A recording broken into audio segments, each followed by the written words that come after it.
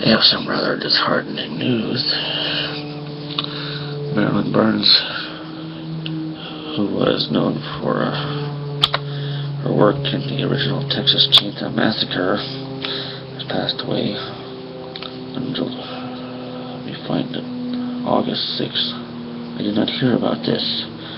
There have been a large influx of celebrity deaths in recent months and weeks. And,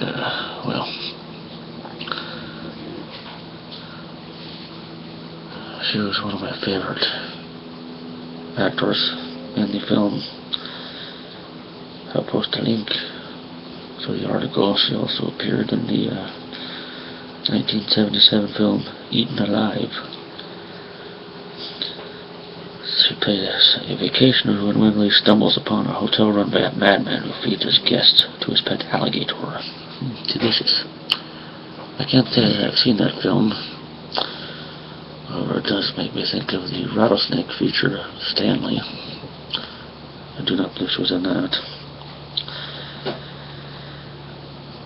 Unfortunately, she was found unresponsive and passed away at the age of 64. I'll never forget her in Texas Chainsaw Massacre. A very stellar performance. She will be missed.